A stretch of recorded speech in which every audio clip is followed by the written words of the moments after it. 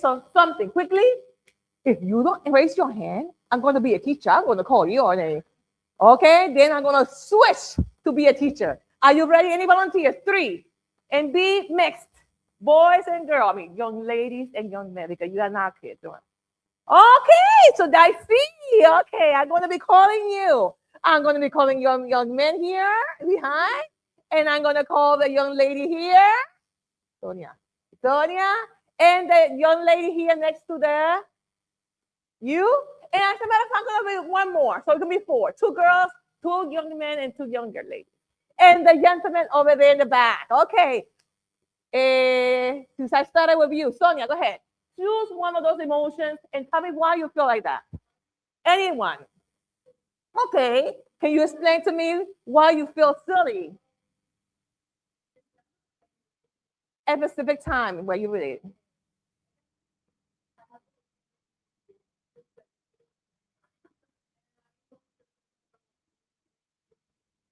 Okay. Sonia, I'm very happy you said that. That's very brave. I mean, everyone's listening to me. Can you hear me? Good? Let's do it. Okay, now we're going to go on gentlemen here. Tired? Tell me why.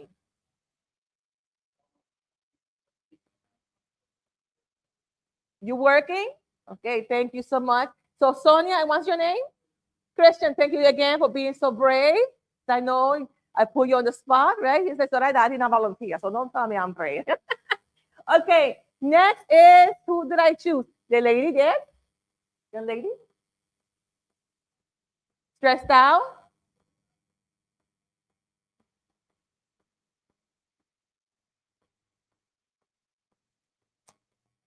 Okay, I appreciate that. It's very, and stress is a big, big emotion. I mean, all of them are. They are all very real emotions, okay? They're not made up. And even though they look cartoons, the emotions are real, okay? I appreciate. What's your name?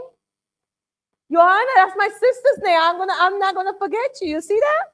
So we have Sonia, Christian, and Joanna. And then the gentleman back there. Proud? Okay, tell me why you're proud. It's good. Guys, you did awesome. Thank you. And what's your name? Manuel, that's my brother's name. What's the So we had Joanna and my brother's name, Manuel. I'm not going to forget you neither. When the next time I come here. Guys, thank you for being honest. Okay, I appreciate it. Appreciate it. And being brave, even though I cannot push you, right? So today we're going to be defining mental health. And mental health is real. And I'm going to pair it to that the mind is like a beautiful garden. Let me tell you, I'm a fanatic. I love plants. I love it. Right now, this garden that he has pictured, that's my garden of the porch of my how you call it? The front porch of my house. And those are my beautiful babies. I tell my son and my daughter my daughter is 30 and my son is 29. And I always said to them when we travel, do you say hi to your siblings? Do you take care of your siblings? And they look at me, they already follow me. They don't argue and say, Mommy, yes, yes, yeah, because they are part of the family. And then when I was doing my master, the plants were the one was my therapy, a coping mechanism, a healthy coping mechanism during stress, like Joanna said. That was my coping mechanism. Okay, so we are going to imagine the mind as a beautiful garden. Okay, and we're going to explore how to tend to our mental garden. That's good. Okay, and I want you to imagine, to picture, think of your emotions like you did today. You did very well today, explaining your emotions. And we're going to think about those emotions as the pieces of a puzzle. Sometimes they fit perfectly, and sometimes they seem to jumble or confusing. So we're going to think the heart is the big piece, and all those emotions that we have. And remember, we say it can be happy, it can be afraid, it can be silly, it can be proud, it can be sad, it can be angry. all those emotions, they are the one that need to fit to make the big puzzle of your heart. Okay? And sometimes the same way the puzzle, you know what's the puzzle? You know, guys, you do the puzzle. Sometimes it's easy to play, right? You do, oh, you did it, I did it. But sometimes the pieces don't fit, and you have to flip them, right? And it's a little difficult. And sometimes that's the way the emotions feel. They are not as pleasant as always. But that doesn't mean that there's something wrong. It just needs a little more attention to it. The same way you are persistent doing the puzzle to make sure they fit together and to make the big puzzle, you have to continue working so your heart and your mind can fit together. There are some myths. Do you understand what the word myth? Who can tell me in your own word what the word myth means? We have myth and we have facts. Do you understand what myth means? Huh? Yeah, it could be a story or an idea that is not completely true, right? But it has been repeated and repeated over the years that people cannot believe it. Does that make sense? So we're going to talk today about myth and fact about mental health, because let me tell you, there are myths out there. Okay? One of the myths one of the myths that I have is that one of the myths that they have, maybe I went too far. One of the myths that they have is that they say that the mental health is for the weak. If you are weak or you have mental health issues, you are weak. That's not true, guys. And if you have heard that before, with all the respect, that person is not saying the correct thing. That person is saying a myth. And probably that person is saying it because they have heard someone, maybe a grandmom, an aunt, or a cousin or someone, but that's not true. You don't have to be weak to have a mental issue. Another mental issue is that, especially for Christians, if you're not praying well, that means if you have a mental issue, it's because you're not praying. Have you heard that? I appreciate your honesty. Thank you. I appreciate it. But no, that's not true at all. Because we have heard story, and I'm going to tell you if you have not, of people, leaders in the Bible, characters in the Bible that were great. They were called, and they also have issues with them, and that doesn't make them like they are not praying or not connected to the Lord. Understood?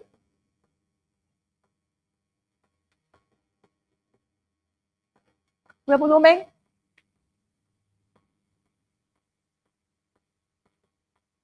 If you want to put it back a little bit, oh, sorry.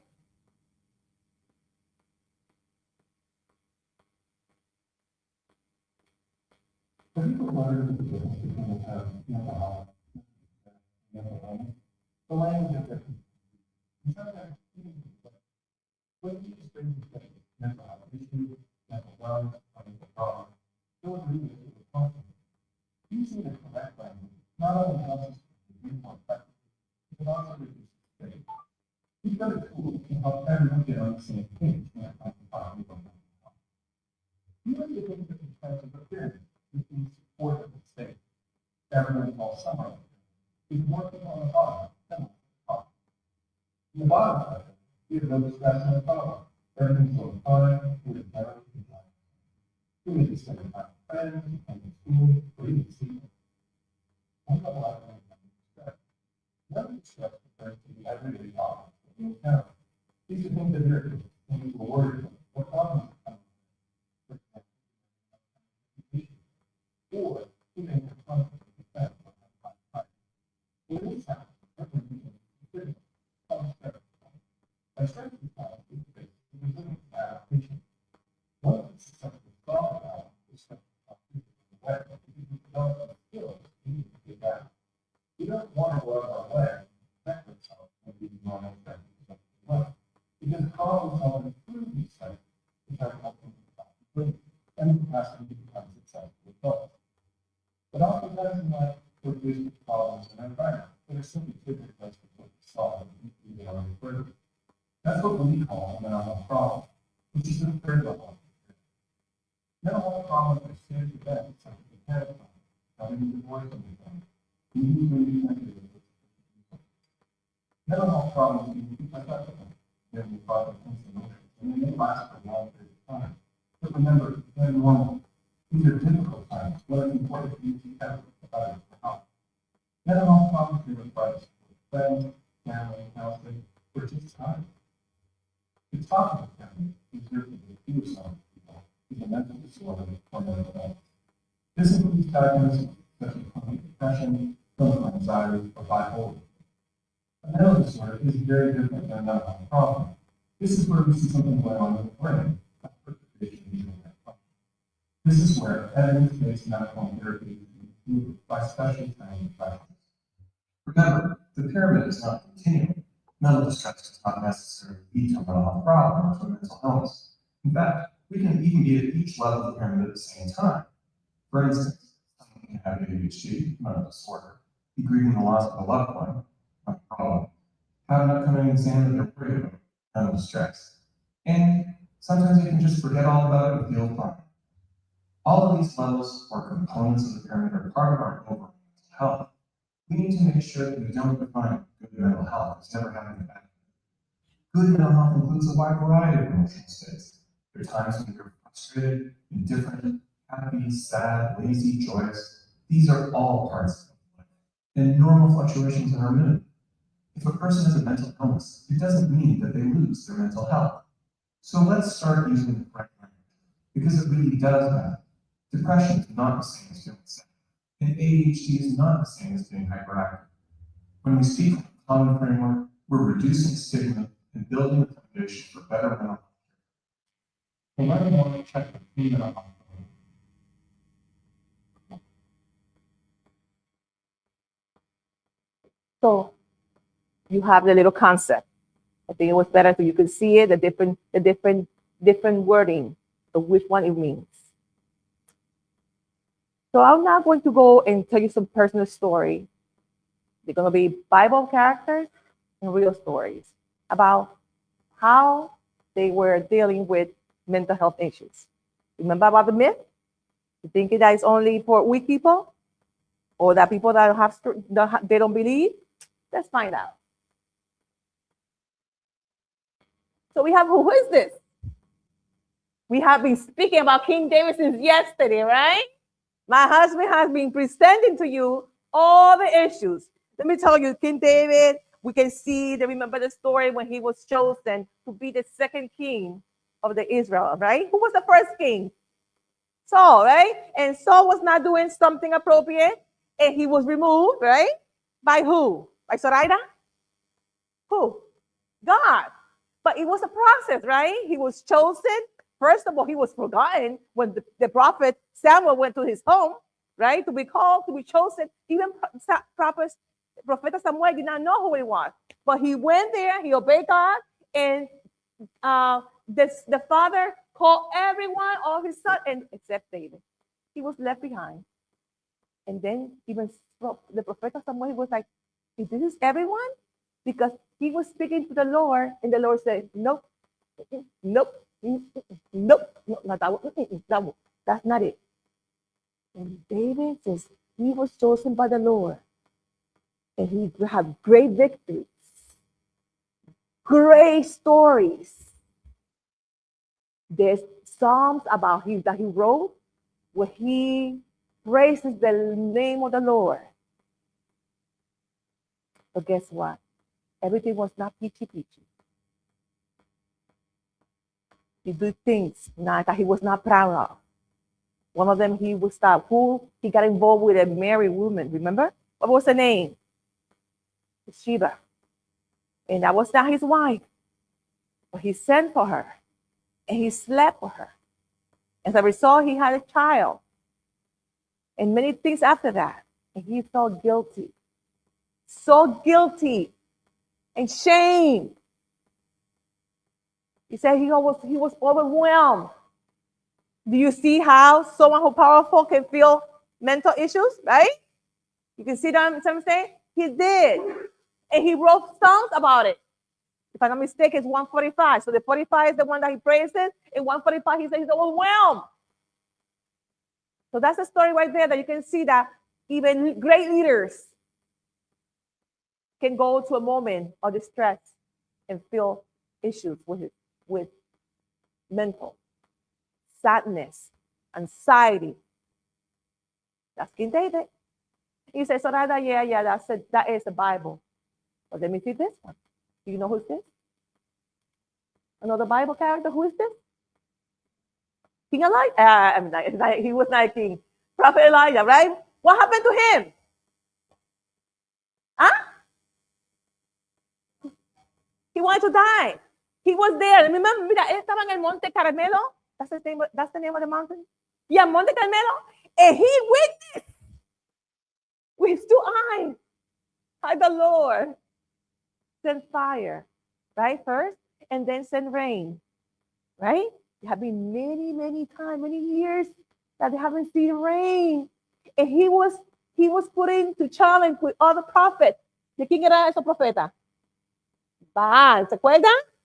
And they were there doing all the rituals, and they were like, I remember, I used to watch this cartoon with my kids about 9/11 because they were like, and then and nothing was happening, and they were so tired, and nothing. And then Elijah comes in, and he said, hagamos una zanja. How do you say that in English? Una zanja. You know what I mean, right?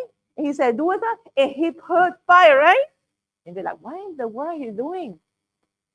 And then he prayed, and the Lord sent back rain. But a character, he was not happy. Who was that? Huh? You know what, guys? Let me tell you something. I love that name. I love that name.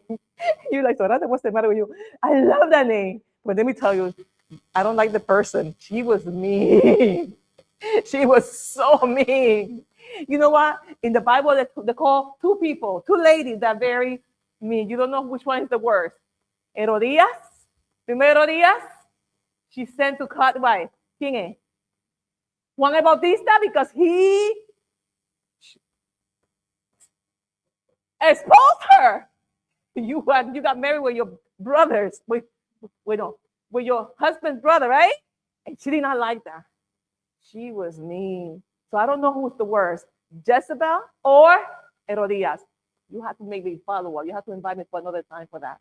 But let me tell you, this queen was so mad that the prophet did that, Elijah. And she said, I want him dead.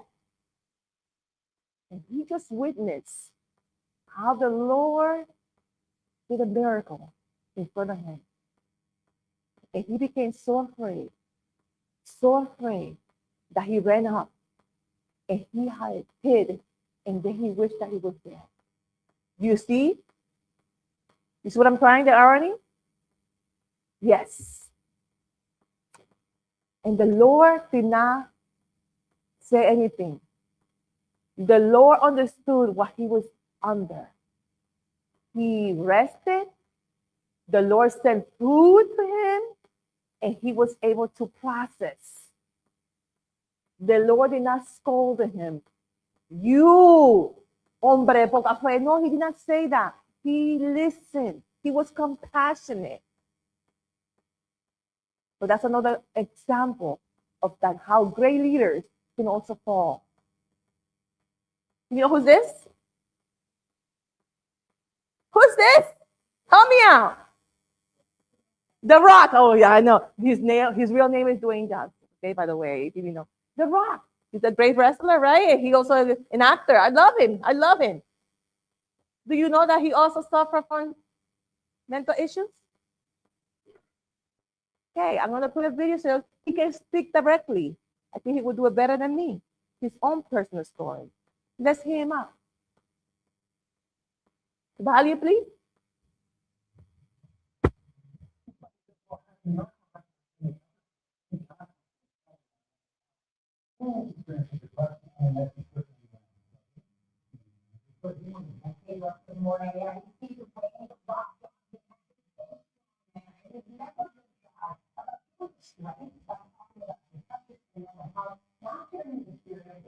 contact, or with others, especially men, not there.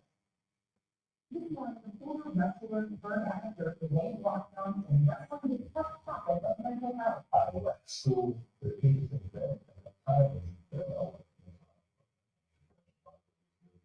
I was there. The star decided to balance the second how his football career ended, and then again when his marriage ended. Well, I really never got another divorce, but he knew what it was.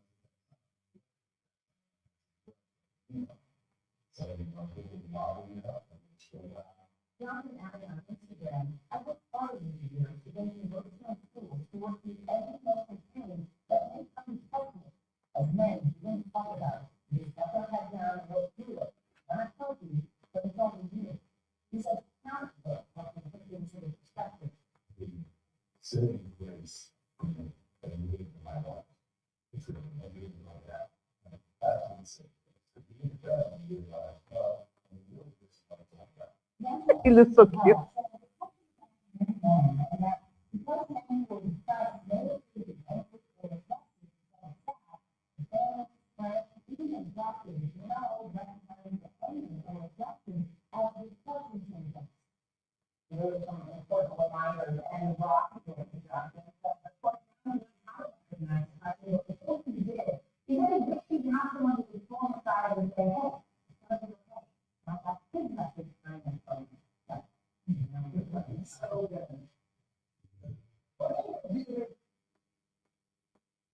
So you know, the one thing that I still love about him, Dwayne Johnson, The Rock, is that he still advocates for young adults. I mean, men, especially men, because let me tell you, the men show depression very different than the ladies. And you see how notice that sometimes the doctor cannot even diagnose it correctly because the way that they present it is very different than the ladies. So here you go. A big man, such as The Rock, also suffer. And in the beginning, he did not know anything. So I'm very happy that you took time today. You could have chose to be home, doing whatever you do, but you chose to come in today and learn something. Maybe clarification. Maybe you know more than him at this time. But the thing is that you are doing something here, and I want to congratulate you. Okay? Who is this young lady here? Huh? Kristen Bell. You know she goes to the Frozen, right? I think her voice is Anna. Am I correct? Please help me out. Am I right? She's not the main character, but she's the sister, Anna, right? Okay, thank you for clarifying that for me. Do you know that she also had issues with mental health? Dwayne Johnson, it was depression. She had two kinds. She had anxiety and depression. So I'm going to ask her to present her story personally. Are you ready? And I love her as well. Oh, and she also comes in The Good Place. Am I right? The Good Place? Thank you. Thank you. Okay.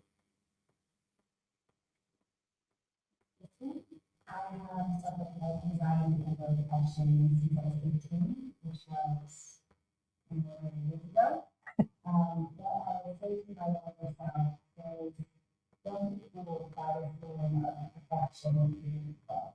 Because Instagram and magazines and pictures, they strive for a certain aesthetic, everything that's so beautiful, and people see like they're having problems, but everyone's human. Everyone has problems. Everyone feels that pain inside sometimes. And you deserve to feel justice to it on the days you are mental health, on the days you don't shower, on the days you feel like depressed. And you have an obligation to take care of yourself from the inside out. Because that's how you truly feel. There are resources out there. And if you're feeling anxious, if you're feeling affected, and doctors to interact with, and there are common sense solutions out there for you. You are not alone. Never feel embarrassed or ashamed about who you are. There are plenty of things to feel embarrassed or ashamed about. You can on your birthday, feel embarrassed about that. If you are someone's gossiping, feel ashamed about that. But never feel embarrassed or ashamed about the uniqueness that is you. Because there are people out there to help, and we're all just individuals. This level of mental health or learning journey condition teaches the child to time out or to help one to get. So there you go. And you notice what you said? Sometimes you don't feel like taking a shower, a bath. That's more depression. And that's all issues. So if whatever you feel, this is the way I took a little time extra to understand, because maybe you are experiencing symptoms and that you are confused and you are afraid. Well, do you notice what she said? What did she say? There is help out there. Remember, don't be afraid to ask. You don't want to escalate and get worse. Because the same way you get sick, and if you don't get well, or you don't take care of yourself, you can become worse, doesn't it? Well, the mental health is also an organ. The mind, I'm sorry. The mind is also an organ. If you don't take care, it can get worse. You need to take care of it. The same way you take care of your body. The common health condition, especially among your beautiful group, depression. Now remember, depression is not confused with sadness. You can be sad sometimes, and that's acceptable. It's an emotion, as we explained before. An emotion was created by the Lord. It was not created by a magical appearance, no. But the depression, they have symptoms. We have 9 symptoms in the category for to be diagnosed. And if you experience 5 of those 9 more than 2 weeks, then you will consider that you have depression. Hopelessness, overwhelmed, tiredness, over being continuous sadness. Maybe you were motivated to go outside and you don't feel like being outside. That is a symptom that you have to follow through. The other one is anxiety. We had different ones. We had general anxiety disorder. We have social anxiety disorder. We have phobia anxiety. And anxiety is the worrisome. You always worry. You go to bed worrying, and you come up again, you wake up and you're worried. Rumination. And the thing is that 89 to 90% of the thing you worry never happens, but you worry. And this age group can be stressed about school. I'm not going to do well on my test. I'm not going to pass. That's worrying. Social anxiety, when you think everyone's looking at you and making fun of you over there, and you don't want to go out because you're going to be exposed, and they're going to be looking at you, and they ask you, can you please have the prayer? And you start thinking, no.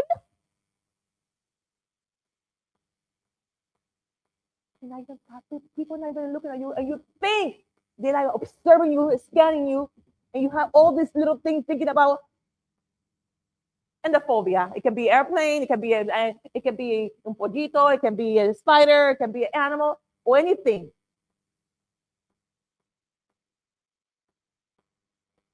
Stress combined with fear causes anxiety. And that's only the majority, because there's all this stuff that's more complicated, bipolar. Okay?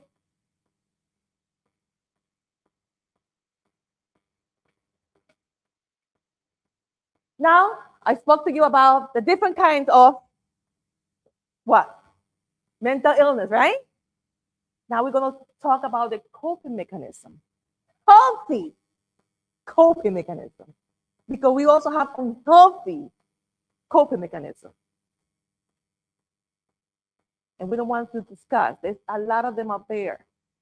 The cutting, the drinking, substance abuse, pornography, doing things that you're not supposed to be doing just to cope with your stress, your anxiety, with your depression, the stress at home. Maybe your parents are going through divorce. No one knows the struggle, everything that's happened behind doors. Maybe you see your parents coming to church and they're like, oh, everyone is there. But you know what's going behind doors. And that's causing you stress. So I'm going to provide you some healthy. And again, I'm going to say healthy. Because there's a lot of unhealthy ones there, up there. Would you like to know? Hello. Thank you. Because I was thinking I was here only with my husband. So do you want to hear? Thank you. Very, of course, have a plan. Just kidding. These help me. And let me do a shortcut. We talk about King David. We talk about Elijah. We talk about Dwayne Johnson. We talk about President. Do you know that I also suffer anxiety? When I did my mental health, I was a school teacher, right? And I always wanted to do something more because as a pastor's wife, I deal a lot with you guys, youth. Remember I told you that I love working with your youth, right? And I say, as a school teacher, I also see the need. Let me tell you, when those kids are with me, I can see something else, a face that maybe the parents don't see. I'm there sometimes from 7:45 to almost 4:45 on a weekly basis. So did they spend a lot of time with the teacher? Yes. And when I spoke to the parents, there was not enough time. So I said, Lord, I want to do something. I want to prepare myself so I can do more because I felt I was limited as a school teacher. Don't get me wrong. I love being a teacher. But all the stuff that was going on with my kids I was in pain because they were hurting. The divorce, so my kid would come home, to the class, crying. I miss my daddy, Miss Duany, I miss my daddy. And I could only imagine what he saw, and that's a 6-year-old and a 7-year-old. Can you imagine? Huh? And I had to consult him because no one's going to start a day with feeling sadness. And when I went inside, I said, I'm going to be a school teacher. In mental health. My kids are grown. Now it's my time. And so my husband, baby, I'm going to be a mental health. I searched and searched. And I went to the first class, and I loved it. I said, yes, this is what I want. Yes. And then they give the syllabus. You know what's the syllabus? Yes. And it was almost like 12 pages long. And I said, I need to do all this in a trimester. What is the matter with them? Don't they think I have a life? All the research and all the reading and all the writing I had to do. And let me tell you, all that, I became angry. I'm not going to make it. I'm not going to make it. This is it. And I had to really deal with anxiety issues before I move on. And I finished. 2.5 years later, I finished my master. I did 1,500 supervision hours. I did my board test. And I did my master's in board certification for behavior analyst. Did I finish my anxiety? Is it still there? Yes, but I did. So what helped the coping mechanism? This helped me. I started with one plan that they gave me, one plan as a gift, and I propagated it. It can be expensive, let me tell you. So I propagated. I can tell you all of them where they came from. So that's a coping mechanism for me. So find out which one is yours. Okay, and one of the things that also helped me every morning, prayer, scripture, and reflection. It was like the water of the garden of faith. I chose scripture that spoke to me. You need to choose scripture that speaks to you with the current emotion that you are facing, with the current challenges that you are facing. Remember, the garden nourishment is with the scripture and the prayer. One of the things that helped me says, cast all your anxiety on him because he cares for you. And I erase the word you, and I will say, put my name, Zoraida. Get it personal. Put your name there. He says, cast all your anxiety on him because he cares for you, Zoraida. And that's what my coping mechanism. Are you thinking about yours? Which one can it be? Do not fear, for I am with you, Zoraida. Do not be dismayed, for I am God, your God, Zoraida. I will strengthen you, Zoraida, and help you, Zoraida. I will hold you, Zoraida, with my gracious right hand. And when I read the scripture, I remember him holding me with his right hand. I visualized it. So, the garden nourishment, any of those verses, that was my person. Do you have yours? Or would you like to start getting yours? Something to think about. Prayers and reflection. You set aside a few minutes each day for quiet reflection. Prayer or reading your Bible is like having a chat with a close friend. And who's that friend? I don't hear you. He's the best friend. He's not going to betray you. He's not going to talk about behind you. He's not going to make fun of you. He's not going to outsmart you. He's going to be there.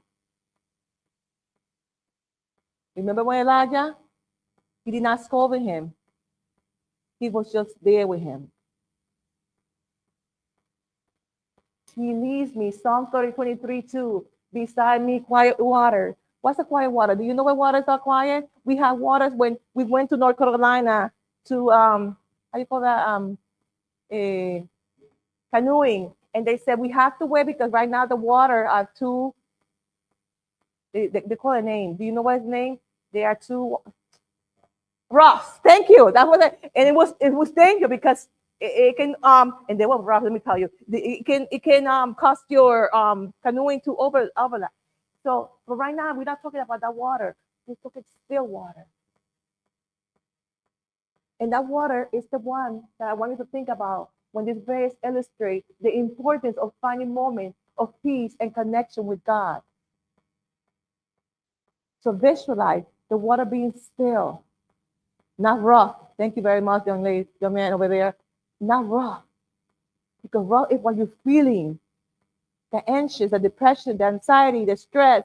You want still water so you can connect with the Lord. Mindfulness. Mindfulness. Mindfulness is like a mental exercise that helps calm your mind when it's racing with thoughts and worries. Have you gone to the bed sometime and you feel you lie down and you feel like this is like trembling?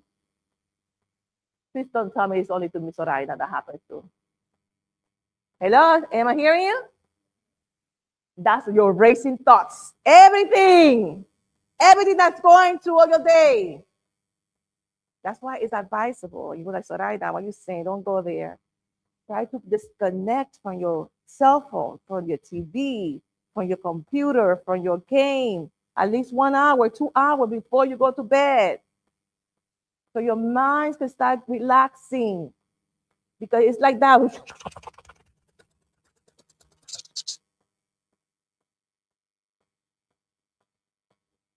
So I want you to think about mindfulness when you're sitting quietly among your garden, your flowers,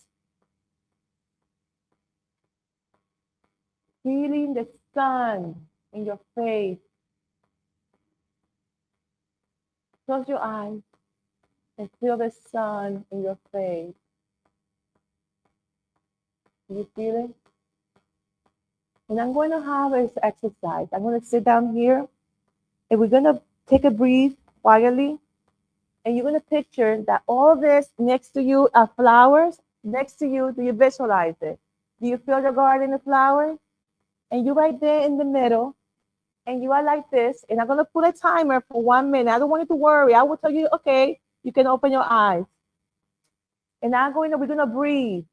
And you're going to inhale and exhale slowly. Inhale to your nose. Exhale to your mouth slowly. And you picture yourself like this. Go like this. And you are taking the sun. Are you ready? Okay, let's begin. Just picture yourself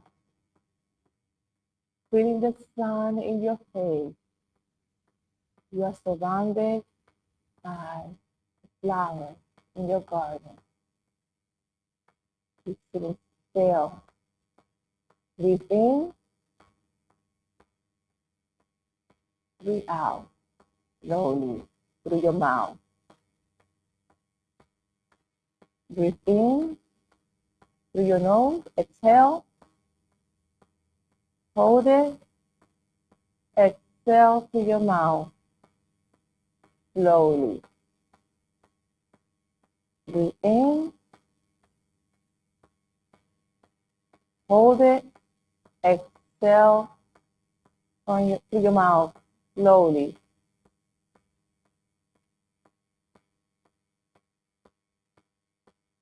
Inhale, exhale, and done. Did you visualize it? You see how beautiful that was? Just a small reset. Guys, that was so easy. How long did it took? 1 minute of your busy life. But sometimes you need to slow down, and calm down and reset. Simple. That's mindfulness. When you really need to slow down from everything that's going around in your daily life. Be still and know that I'm God. Mindfulness helps us find that stillness in our heart. 1 minute. I put a timer. You put a timer at home and just relax. Inhale. Hold it 1 second. You're resetting that moment. Mindfulness. The garden energizer, exercising. How many of you do exercise? Be honest. Oh, please, not everyone at the same time. Please. What do you know? Thank you very much. The energy exercise is as a way to energize your garden. Let me tell you guys. To have the plant, to have my garden, it takes time. You need to take care of it. You need to water it. You need to put it in the sun. I have to talk, they talk to me. I'm not being crazy. You're saying when I put it this way here, for example, if I put it here and they're not doing well, they're telling you I don't like that spot. I need to move her, and maybe she likes this spot. Oh, and she gets better and she starts dancing. She likes it there with the sun. Some plants don't need so much sun, and some of them I do. So plant needs to be taken care of. The sun, the water, the good soil. Talk to them, the good vibes. So exercise is also a way to energize your garden, because the same way you were sitting down in your garden, taking the sun in, you can also do that in the exercise, because our bodies need movement to stay strong and our minds to feel better. Does that make sense? My son, when he was in second grade, they did a parents' conference, and I remember that the teacher gave me his journal. And when it asked, the journal prompt, what is your favorite subject? Do you know what's my son's favorite subject? Recess. And I went home, I said to him, Sammy, what's that? That's not even a subject.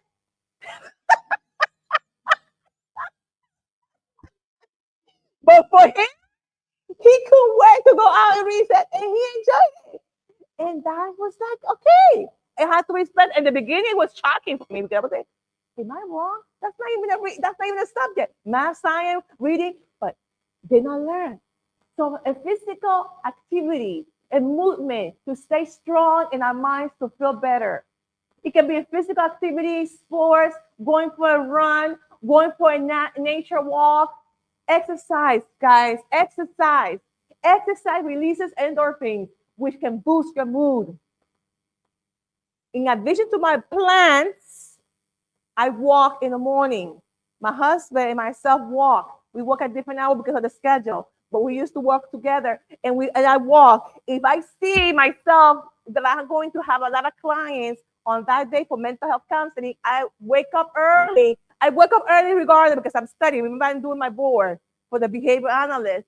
But I walk in the morning and I wake up at 5:30. You say, Zoraida, I cannot wake up at 5:30. Then you find out the time that works for you. If it's 9 in the morning, it's 9 in the evening. And I'm asking you, 10 minutes. 10 minutes. You get out of the house, you put a timer. It takes 10 minutes to get here. What happened? You gonna stay there? You have to go back home. So the people with math, 10 plus 10, how much is it? 20.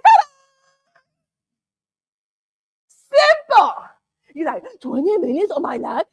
Oh, I say 10. But I know you have to come back home. So put a timer. Walk 10 minutes and you come back and you're done. Guys, I'm telling you, test it. Prove it for yourself. Take it. So next time I come and you say, so that I work. When you're feeling gloomy, when you feel stressed, when you feel angry, when you feel frustrated, walk and then you tell me how you felt. Is that okay? Remember, it's not the first time I'm going to come here. We're going to come here next Saturday. So I need to walk. I need to walk. No, I'm being serious. Going for a run. I'm not a runner. I would love to run. My daughter said, Mommy, that's fast walking. Well, for me, I'm running, you know? I go like this. And she said, Mommy, that's fast walking. That's okay. Okay, in my own time, but I feel good. Good.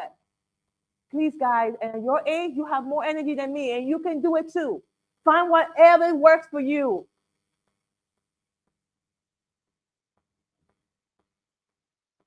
Expressing your heart. This is my favorite one. And those of you who are very creative, guys, I hope you can identify with this.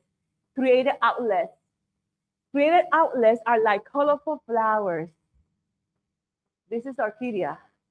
And I know it's not real, but they're beautiful plants. They're beautiful.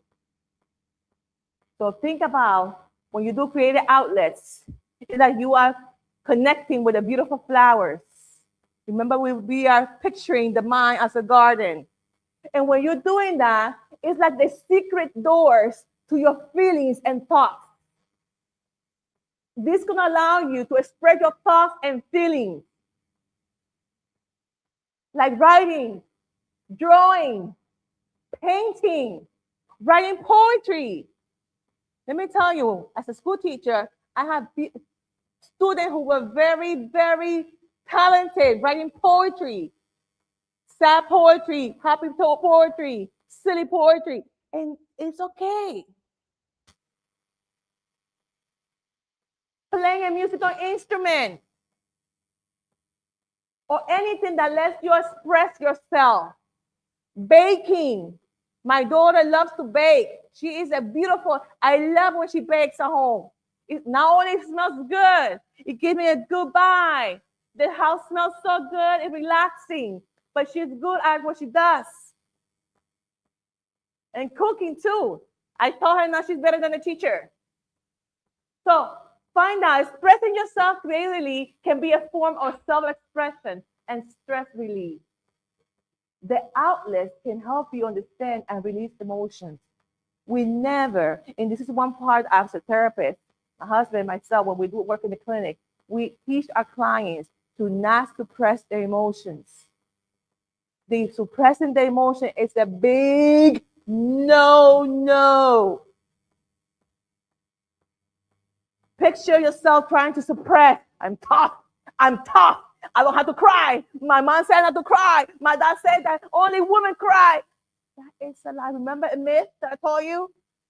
That's a myth. Men can cry too. So suppressing those emotions are not healthy. So when you are creative, I wanted to tell you a picture. We went to one of the churches, and one of the young ladies who was in the back, she took a picture of my husband and myself preaching, and she drew the whole sermon. She sketched the whole sermon around us. Guys, it was mind-blowing. me tell you, when I saw that, I was like, wow. That was her journaling. And you're like, Zoraida, what she was journaling and doing the sermon. Hey, you can see everything that we thought. And, she summarized it. Was she listening to the sermon? Yes.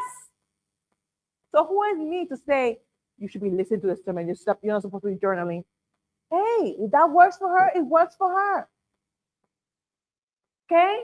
Expressing yourself is created. This is the garden expression being created.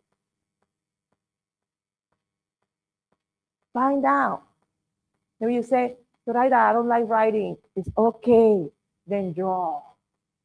Zoraida, I don't know how to draw. Then do sticks. 0, 1 stick here, 1 stick here, a little palito. That's the leg. It's the leg. And then you drew the thing where it is. You are the author. No one should be criticizing your masterpiece. As long as you express it, you don't suppress it. Let it out. Keep a journal to express your thoughts, feelings, and prayers. Writing can be a therapy, a way to process emotions. Remember I told you about the young lady drawing how you feel writing. She was writing about how she felt about the sermon. And it was mind-blowing. And if you want to see it, I have it on my phone. If you want to check it out, I can show you. I have no problem. I love it. I carry it. I look at it. Of course, look at myself too. Creative outlets in the Bible. Many people use creativity to worship God through songs and poetry. King David did that. Remember how King David was called before he was king? He was called by King Saul when King Saul was troubled by darkness. Remember? What did David use? ¿Ah? ¿Quién dijo qué? ¿Quién dijo? A harp. Óyeme, Christian, estás acabando. Yes, the harp. And he was sing. Guys, if you can see the movie, maybe what's the show that we see, the Christian show that David is singing to Saul. What's the name? It's the show. No, it's not so. The House of David. He's right there singing. He has a beautiful voice. I myself feel so relaxed. So find out. There can be a way to connect with your faith. Emmanuel journaling, guys, this is something personally that I learned through my school, through my Bible class. And this is Emmanuel journaling. This is not a regular journaling. This Emmanuel, what does Emmanuel mean? Anyone know? Hey, wait, you already spoke a lot. Anyone on this side? Do anyone here know what Emmanuel means? God with us. Thank you. What's your name? Moses. Oh my goodness, a Bible name. Moses, yeah, it's Emmanuel means God with us. So Emmanuel journaling is a little different than the journaling that I spoke to you before. Emmanuel journaling, you are going to be writing yourself, but in the perspective of the Lord, how the Lord sees you at that moment. So you start with, it has different parts. You start being grateful. You say, thank you, Lord, for being so kind to me, for helping me get up. And then the Lord is going to answer you. But you are the one who's writing his answer. He says, I'm very grateful to hear my child, you call you your child, whatever you want to call you, you put it in, that you slept well and that you are grateful for this. And then God's going to speak to you. I can see you as soon that you are worrying about your class. I can see you as soon walking back and forth. Who's writing that? You are, but in the perspective of the Lord. And then he's going to say, I can hear you, Sonia, that you are upset with your mom. And you call her old-fashioned lady. And she gets in my last nerve. When she's going to get off my back.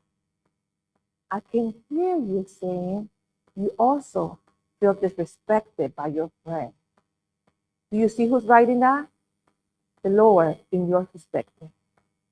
And then he's going to say, I understand the struggle, whatever your name is. Sonia, Zoraida, Joanna, Azul, Manuel, Moses. I understand how big this is for you. And then he's going to thank you for inviting him to walk, for him to walk with you. Do you see how that journal is different? Because you're writing in the perspective how the Lord sees you at that moment. At the end, He's going to remind you that the same way He was there in the past, when you thought that He was not there, He reminds you, I'm here, Zoraida. I'm here, so I'm never going to leave you. He can either send someone to help you in that need, or He's going to be there. And then you can choose to read it aloud to someone, the last part, or just be quiet. Gardeners, helpers. I see here, they have groups here in this church. Friends are like helper gardeners. They water, let's pretend this is the water thing. They water your emotional garden when you cannot. Those days that you are blooming and you feel like very disappointed and you feel so sad that you don't feel like doing anything, you have gardeners, friends, that they're going to water your emotions for you at that moment. And the friends that are really friends, because there are some bad friends too, and I'm not going to go there, but you know who they are.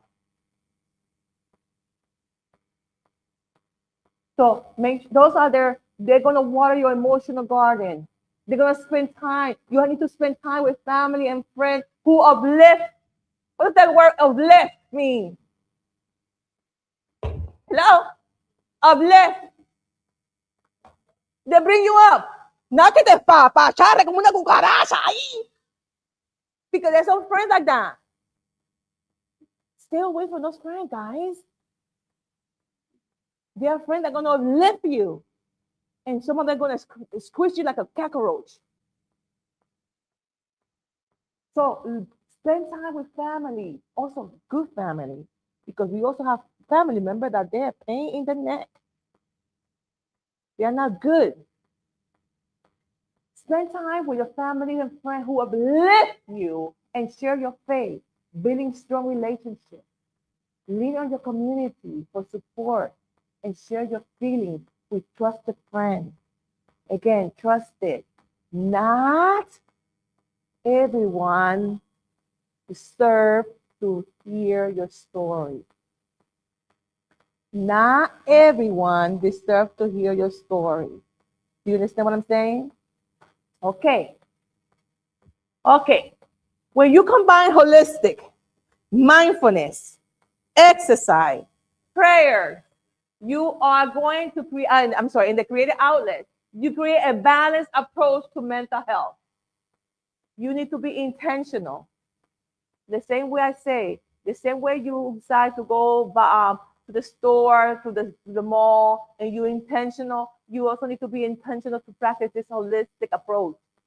Mindfulness, creative outlets, also exercise. You need to find out what time is best for you to work in your schedule.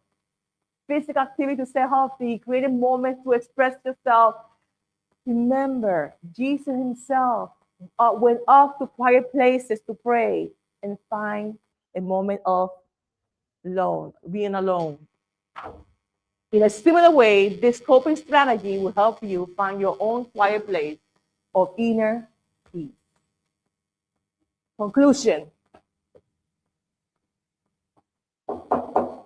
Mental health is about taking care of your mind and emotion, just as we care for our body and spirit.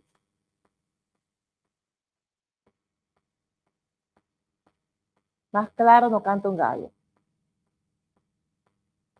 So if you have doubts that dealing with mental health is not something that as a Christian you're supposed to be, you already know. I gave you examples. I gave you the strategy, the theory.